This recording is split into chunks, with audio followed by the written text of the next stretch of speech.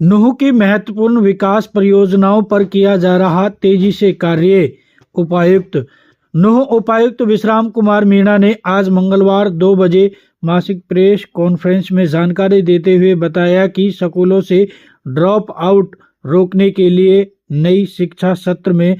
मनाया जाएगा प्रवेश उत्सव। उन्होंने कहा, अध्यापकों की कमी को पूरा करने के लिए भी होंगे प्रयास। रमजान के पवित्र महीने में लोगों को मिलेंगी सभी जरूरी सुविधाएं। बिजली पानी के अवैध कनेक्शनों पर इन्फोर्समेंट ब्यूरो करेगा जरूरी कार्रवाई। सीएम विंडो की शिकायतों के निवारण में जिला नूह रहा प्रथम। नूह उपायुक्त विश्राम कुमार मीणा ने आज कहा कि जिला में कई महत्वपूर्ण विकास परियोजनाओं पर तेजी से कार्य चल रहा है, जिनके पूरा होने पर जिला नूह के लोगों को बड़े स्तर पर इनका लाभ मिलेगा।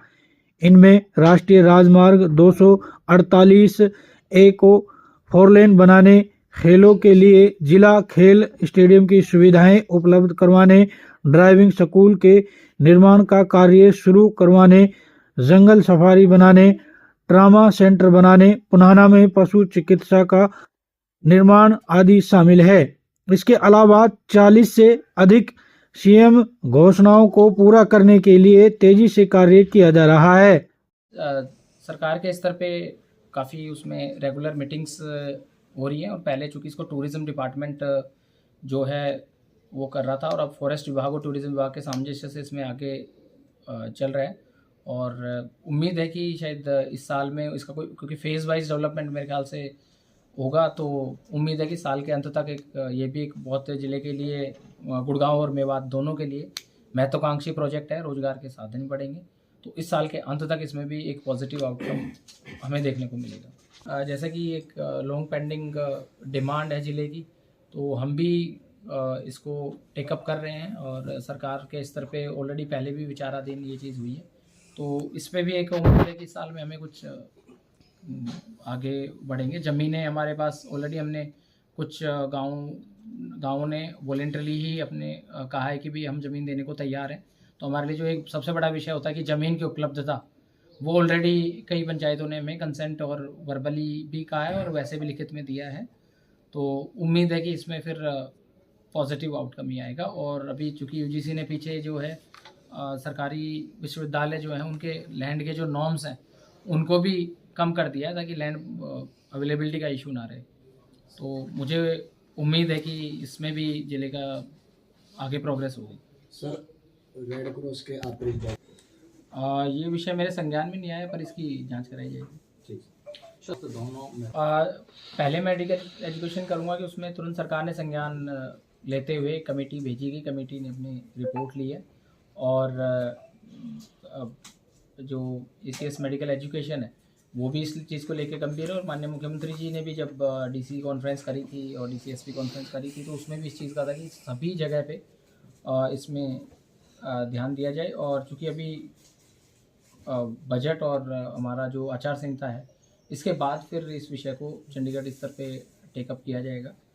तो मुझे उम्मीद है कि ये भी डॉक्टर्स की जो शॉर्टेज है, चूँकि आचार संहिता के चलते रिक्रूटमेंट्स और काफ़ी चीज़ें कंप्लीट नहीं हो पाई थी, तो काफ़ी कुछ जो असिस्टेंट प्रोफेसर्स है या कॉन्ट्रैक्चुअल प्रोफेसर्स की पॉलिसी 19 जुलाई 2024 को सरकार लेके आई थी, तो उसके तहत जो रिक्रूटमेंट हो आचार संहिता की वजह से रुक गए थे। तो मुझे उम्मीद है कि उसमें रिक्रूटमेंट जैसे ही होंगे तो जो हमारे यहाँ पे गैप्स हैं और जितने भी मेडिकल कॉलेजेस में गैप हैं वो जल्दी ही फुलफिल उसमें हो जाएंगे। दिसंबर को उसके बाद फुल फ्लेजेड DO नहीं थे, तो हमने सरकार से रिक्वेस्ट करी थी। उसके बाद हमें एडिशनल चार्ज में तो मिला है, लेकिन जिस हिसाब से हमारे यहाँ पे गवर्नमेंट स्कूल में बच्चे हैं और कैपेसिटी है, तो चूँकि ऑलरेडी जो डिपार्टमेंट के प्रमोशंस और इन सब के विषय, चूँकि अभी बोर्ड एग्ज़ाम चल रहे हैं, तो बोर्ड एग्ज़ाम के दौरान कोई ट्रांसफ़र्स या बाकी चीज़ों से दोनों जगह प्रतिकूल और अनुकूल दोनों जगह फ़र्क पड़ता है। यहाँ भी हमें जैसे ट्रांसफ़र पॉलिसी में कई नाम जो रिकमेंड आते हैं उसको भी हम इस टाइम मना करें चूँकि बोर्ड एग्ज़ाम्स हैं। तो मुझे उम्मीद है कि बोर्ड एग्ज़ाम के बाद जैसा गवर्नमेंट ने ऑलरेडी जो ट्रांसफ़र पॉलिसी के तहत ट्रांसफ़र्स के लिए आवेदन और ट्रांसफ़र्स की जो बात एक प्रक्रिया चल रही है, यूनियन से भी पीछे गवर्नमेंट ने अभी कंसल्टेशन करा है, तो अप्रैल के महीने में इस पर एक वो आएगा। चूँकि गैप्स हमारे पास जो टीचर्स का प्राइमरी लेवल पे और सेकेंडरी लेवल पे जाहिर सी बात है गैप है, और अप्रैल के महीने में फिर जैसा मैंने कहा शिक्षा सहायक प्रोग्राम से अलाइन करना हो, चाहे टेक्नोलॉजी का यूज़ करते हुए जो टीचर्स का गैप है उसको करना, करना हो तो वो हमारा आगे एक विषय रहेगा। साथ ही मैं इसमें एक 2 घंटे 1.5 घंटे हमने इसमें विचार करा था, कुछ जो एक्सपर्ट लोग हैं इसमें प्राइवेट सेक्टर से, उनसे भी। तो जो हमारा सीनियर सेकेंडरी का जो पास परसेंटेज है 2024 में, वो जो ज़िले का है, ज़िले का 56.83% ही है, जो कि स्टेट में सबसे नीचे रहा है। तो अगला जो ये एकेडमिक ईयर और अगला जो एकेडमिक ईयर है, उसमें पूरे प्रशासन का, मेरा खुद व्यक्तिगत तौर पे भी फोकस ये रहेगा कि हम पास परसेंटेज को मेहनत करते हुए बच्चों को बढ़ाएं। और साथ ही हम पूरे सभी ज़िलों में अभी हम सबसे नीचे पायदान पे हैं, तो कोशिश ये रहेगी कि हम इसको टॉप 10 ज़िलों में जो है रिज़ल्ट में आएँ। और ये मैं मीडिया के माध्यम से ज़िले के जो पेरेंट्स हैं या बच्चे हैं या सभी अभिभावक हैं, उनसे भी मैं अनुरोध करूँगा कि जो बच्चे पढ़ाई नहीं कर रहे हैं या फिर पढ़ाई के दौरान कहीं कुछ खेलने चले गए, कोई शादी विवाह में चले गए या बाकी चीज़ों को वो ना करके उन पे फोकस करें कि वो रिज़ल्ट दें, मेहनत करें। और जो स्टेट के औसत से थोड़ा कम है, तो दोनों ही इस बार हमारा प्रायोरिटी, हम इस बार जो डाटा के हिसाब से ही चलेंगे। जिन विद्यालयों का रिज़ल्ट कम है उनके भी लगातार समीक्षा की जाएगी, जिम्मेदारी भी तय की जाएगी कैसे हम उन गैप को फुलफ़िल कर सकते हैं। कहीं चाहे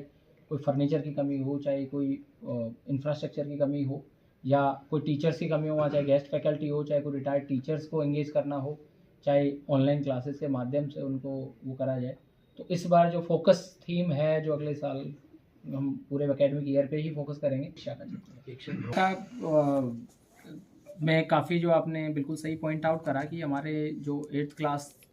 में पढ़ने वाले बच्चों की संख्या लगभग 33 से 34 हज़ार जो है बच्चे हैं, और वो 10th आते आते वो 17-18 हज़ार पे आ जाता है, और 12th आते आते वो 8 हज़ार पे है, जो कि काफ़ी एक चिंता का विषय है। तो ड्रॉप आउट भी है कहीं ना कहीं। जो 8वीं में अब एनरोलमेंट पहले का बढ़ा है, तो ये 2 साल बाद 10th में रिफ्लेक्ट होंगे, तो दोनों ही प्रयास हैं उसमें। और जो ड्रॉप आउट के साथ जो हमारा आउट ऑफ स्कूल चिल्ड्रन का जो एक प्रोग्राम चलता है सर्व शिक्षा अभियान का, उसमें सर्वेक्षण किया जाता है, उसमें गेस्ट फैकल्टी लगाई जाती है और उन बच्चों को पहले ट्रेन किया जाता है, फिर वो अपनी जो उनकी एज के हिसाब से उनकी कंसर्न क्लास में रखा जाता है। ये ऑलरेडी प्रोग्राम सरकार का चल रहा है, पर इसकी समीक्षा ये इस तरीके से ज़रूरी है कि जो अभी एकेडमिक सत्र आएगा, जो अकादमिक सत्र है इसमें, तो उसमें अप्रैल माह में प्रवेशोत्सव हम शुरू करके, और जो शिक्षा विभाग के अधिकारियों के अलावा जो हमारे और अधिकारी SDMs हैं, हमारे तहसीलदार्स हैं, हमारे बाकी विभागों के HODs हैं, क्लास 1 ऑफिसर्स हैं, इनको हम रोपिन करेंगे और हर एक स्कूल की एक जिम्मेदारी हम देंगे। और साथ ही इसमें ये एक विचार किया गया है, इसमें अभी चूँकि उस पर फाइनल जो अप्रूवल है वो रहती है, बट वो मैं चूँकि आप लोगों के माध्यम से ही वो चीज़ भी मैं कहना चाहूँगा कि हम उस चीज़ पे भी विचार कर रहे हैं कि जो बच्चे या बच्चियाँ जो 10th क्लास में फर्स्ट क्लास आते हैं या फर्स्ट क्लास 60% से अबोव नंबर लाते हैं, 70% से अबोव नंबर लाते हैं, तो उनके लिए मेवाड़ डेवलपमेंट एजेंसी के माध्यम से एक स्कॉलरशिप की व्यवस्था का हमने एक ड्राफ्ट बना लिया है। अगर सरकार से उसकी स्वीकृति, मुझे उम्मीद है जल्दी ही मिल जाएगी, तो उसमें वो एक प्रेरणा भी देगा। और जो बच्चा आर्थिक साधनों के अभाव में स्कूल छोड़ देता है या उसको और जिम्मेदारियों पे लगा दिया जाता है परिवार की कंडीशन को देखते हुए, या कुछ और बाधाएं आती हैं, तो हम चाहेंगे कि वो पैसों के खातिर या स्कॉलरशिप के अभाव में उसको ये चीज़ ना करनी पड़े। तो मुझे उम्मीद है कि उससे हमारे रिज़ल्ट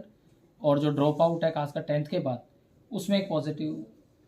आउटकम देखने को मिलेगा। और ये हमने ड्राफ्ट बना लिया है। उम्मीद है कि सरकार की स्वीकृति होते ही हम इसको मार्च 2nd वीक 3rd वीक तक अनाउंस भी कर देंगे, ताकि अगले सत्र में शुरू से ही हमारा अलाइनमेंट हो। इसमें इस हिसाब से रिपोर्ट ली गई थी और उन्होंने कहा कि जल्दी वो जो ये दोनों चीज़ें हैं उनको जो